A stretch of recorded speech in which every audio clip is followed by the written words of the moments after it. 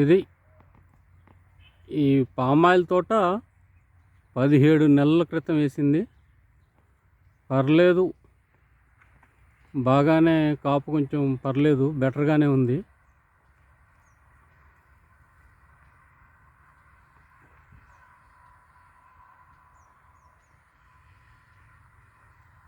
ఇందులోనే అంతర పంటగా ఈ సంవత్సరం పత్తి, మినుము, అలాగే బెండ వేయటం జరిగింది.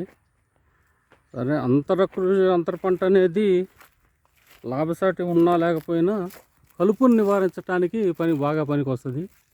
ఈ అంతర పంటలు కనుక లేకపోయినట్లయితే ఖచ్చితంగా కలుపు విపరీతంగా పెరిగి ఉండేది. దాన్ని నివారించడానికి కూడా మనం ఖచ్చితంగా భూములు దున్నుతూ కూర్చోవలసేది. ఎప్పుడు దున్నటం వల్ల మరి ఎంతో కనీసం ఆ దున్నుడు మందం ఆ యొక్క ఖర్చులు రావాలి అంటే ఒక అంతర పంట వేసుకోవటం మంచిదే అనిపిస్తుంది. అయితే ఇక్కడ ఏంటంటే ప్రాబ్లం, ఇప్పుడు వీటిల్లో ఎక్కువ మాన్యువల్గా ఈ లేబర్కి ఎక్కువగా ఖర్చు చేయాల్సి వస్తుంది. ఒకటి, మనుషులు సమయానుకూలంగా దొరకపోవటం, ఆ తర్వాత ఈ దొరికినా కూడా ఆ రేట్లు అనేది అధికంగా ఉండటం. ఇవాళ పత్తికి మిర్చికి కనుక ఏ రేట్ అయితే ఇస్తున్నారో వాటిలో అయితే వాళ్ళకి ఎంతైతే కూలి గిడుతుందో అంత కూలిని అడుగుతారు. ఆ కూలిని మరి మామూలుగా ఈ మినుము పంట లేదా ఈ పంటలు ఇవ్వాలంటే ఇక దానికే ఏదో సరిపోతుంది అనిపిస్తుంది.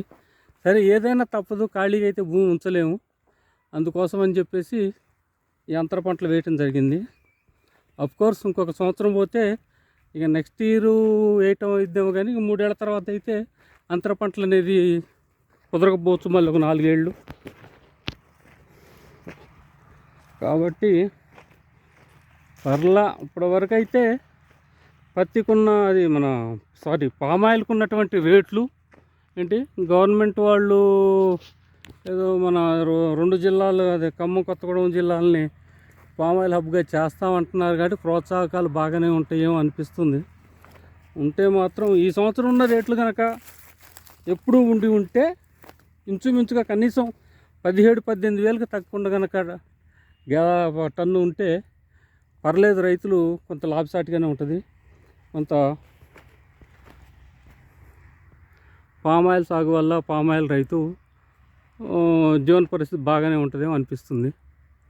చూద్దాం ఏం జరుగుతుందో. చూశారుగా, ఎదుగుదల బాగానే ఉంది. ఓకే.